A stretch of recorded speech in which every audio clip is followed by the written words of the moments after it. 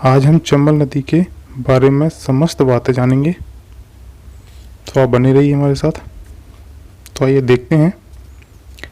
सबसे पहले हम मध्य प्रदेश का एक मैप लेते हैं, जिस पर हम चंबल नदी को दर्शा लेते हैं। दर्शाने के बाद हम इसके बारे में जान लेते हैं। यह नदी 3 राज्यों से होकर बहती है, मध्य प्रदेश, राजस्थान और उत्तर प्रदेश। इसे अन्य नामों से भी जाना जाता है चंबल के अलावा, जिसमें जो फेमस नाम है वो चर्मावती, एक धर्मावती, और राजस्थान में इसे कामधेनु के नाम से भी जाना जाता है। उद्गम इंदौर जिले के महू तहसील के जानापाव से होता है और लगभग 325 किलोमीटर की दूरी तय करने के बाद ये नदी राजस्थान में प्रवेश करती है, जो राजस्थान के चित्तौड़गढ़ जिले के 84गढ़ से प्रवेश करती है। और ये राजस्थान के लगभग 6 जिले, वो जिले कौन कौन से हैं देख लेते हैं। इसमें चित्तौड़, कोटा, बूंदी, सवाई माधोपुर, करौली और धौलपुर, इनसे होती हुए ये उत्तर प्रदेश में पहुंच जाती है। उत्तर प्रदेश में इटावा जिले के पास यहाँ यमुना से मिल जाती है। यहाँ पे आप देखिएगा, इसकी जो चंबल की टोटल लंबाई है वो 965 किलोमीटर है, ठीक है।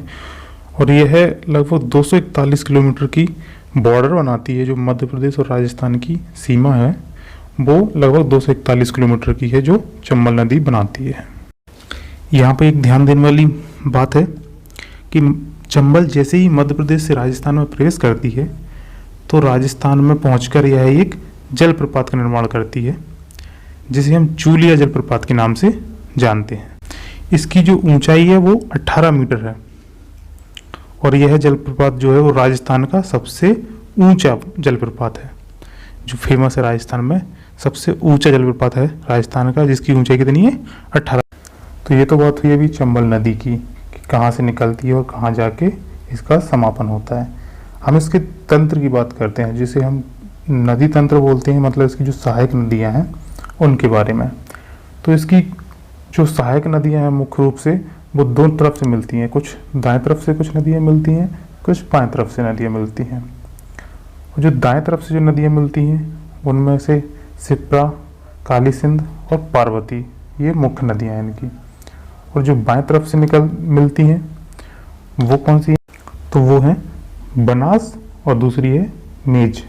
कौन सी है? बनास और मेज। अब हम यहाँ पे इनके साथ ही इसकी बात कर लेते हैं। जो सहायक नदियाँ हैं उनमें पहली नदी जो है वो छिप्रा है। छिप्रा जो नदी है वो इंदौर के काकरी बरडी नामक स्थान से निकलती है। कहाँ से? काकरी बरडी नामक स्थान से निकलती है और ये उज्जैन देवास होते हुए मंदसौर में जाके चंबल से मिल जाती है। उज्जैन देवास होते हुए कहाँ पे? मंदसौर में चंबल से मिलती है। अब इसकी भी एक सहायक नदी है। छिप्रा की जो सहायक नदी है वो खान नदी है। कौन सी? खान नदी जो है इकलौती इसकी एक सहायक नदी है। और छिप्रा को ही हम मालवा की गंगा के नाम से भी जानते हैं, ठीक है। क्या है? छिप्रा का जो दूसरा नाम है वो मालवा की गंगा।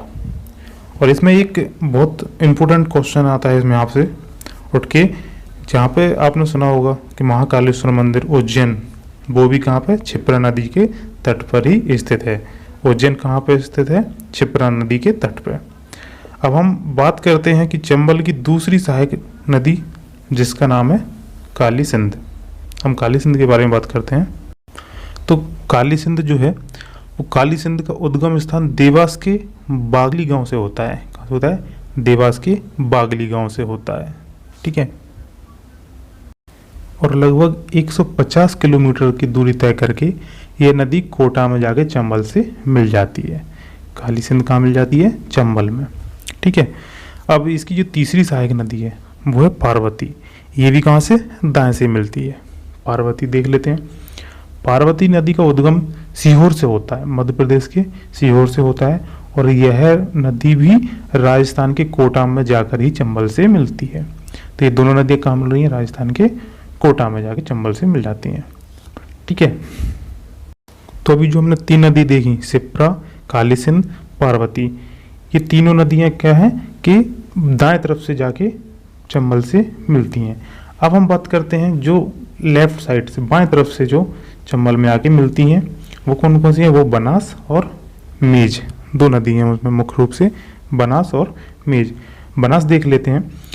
बनास नदी का जो उद्गम स्थान है वो राजस्थान के कुंभलगढ़ से है। कुंभलगढ़ राजस्थान से होता है और लगभग ये लंबी नदी है, 480 किलोमीटर दूरी तय करती है। और ये कहाँ पे मिलती है? सवाई माधोपुर में जाके चंबल से मिल जाती है। आपको बताते चलें ये मानसूनी नदी है, ये मतलब केवल बरसात के दिनों में ही चलती हैं, बाकी दिन में सूख जाती हैं। और इसकी जो दूसरी नदी है वो मेज, ये नदी भी कहाँ से निकलती है? राजस्थान से निकलती है और राजस्थान के भीलवाड़ा जिले के मंडलगढ़ से निकलती है।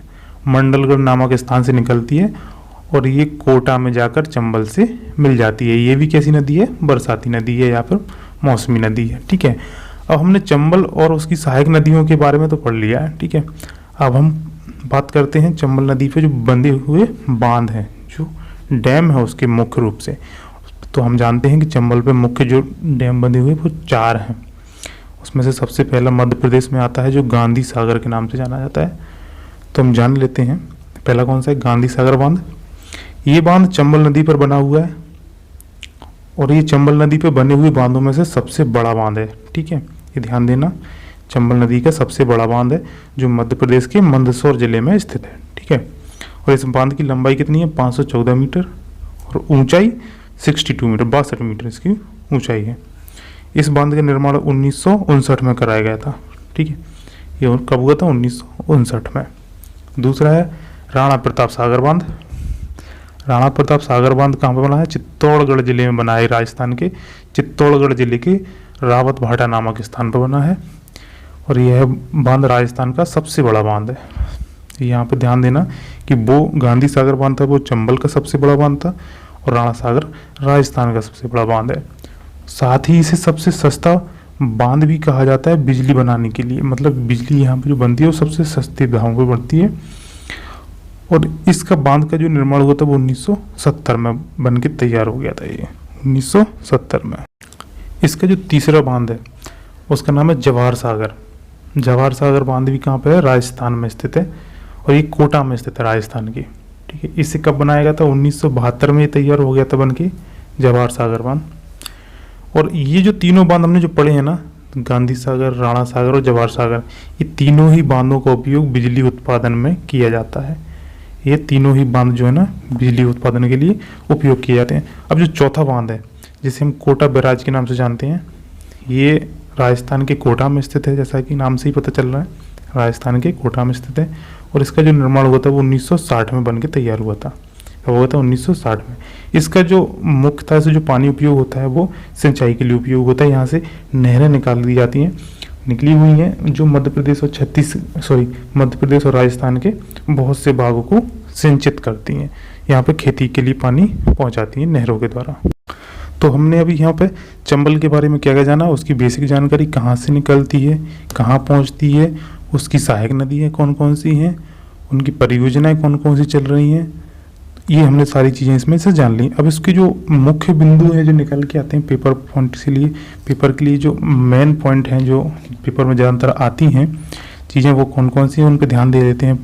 जैसे पहला बिंदु है, यह दुनिया की एकमात्र ऐसी नदी है, आप देखें यहाँ पे, यह दुनिया की एकमात्र ऐसी नदी है जिसमें 100 किलोमीटर के एरिया में लगभग 4 बड़े बांध बने हुए हैं। आप देखिए ना, तो गांधी सागर, जवाहर सागर और ये 2 कोटा वाले, तो ये 400 किलोमीटर के एरिया में ही बने हैं। ठीक है, ये इसकी एक फैक्टर। दूसरी जो पॉइंट निकल के आती है वो ये जो नदी है चंबल, ये श्योपुर, मुरैना, भिंड, यहाँ पे क्या करती है? एलुवियम की एक जो चट्टानें होती है इनको काट के बीहड़ों का निर्माण करती हैं। तीसरा पॉइंट जो है कि चंबल को अवनालिका की नदी के रूप में भी जाना जाता है। अवनालिका नदी समझ रहे हैं, जो नालीदार मार्ग बनाती है, बीहड़ जो बनाती है वो अवनालिका नदी बोलते हैं उसको।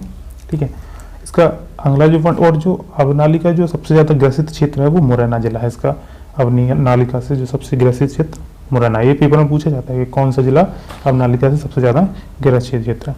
और अगला पॉइंट है जैसे कि चंबल एक क्या बनाती है? स्ट्रैक वैली बनाती है, इसको बोलते हैं नतीलम्ब घाटी। चंबल एक नतीलम्ब घाटी मतलब स्ट्राइक वैली बनाती है। और इसका अगला जो पॉइंट है वो, इसे घड़ियाल का संरक्षण स्थली भी कहा जाता है, क्योंकि यहाँ पर घड़ियाल बहुत ज़्यादा हैं, इसमें संरक्षण भी किया जाता है इनका। तो ये कुछ महत्वपूर्ण बातें थी जो आपने चंबल नदी के बारे में जानी, लगभग सभी कुछ जानी। मतलब इसका उद्गम कहाँ से होता है, कहाँ गिरती है, कौन से परियोजनाएं चल रही हैं, और क्या क्या इस पे जो एक अपन ने झरना जलप्रपात, जो चूलिया जलप्रपात इसका 18 मीटर ऊंचा है, उसके बारे में भी अपन ने इसमें जाना है ना। तो दोस्तों, जो जानकारी मैंने आपको दी है, आशा है कि आपको अच्छी लगी होगी, पसंद आई होगी। और अगर अच्छी लगी है तो आप लाइक और सब्सक्राइब ज़रूर करें।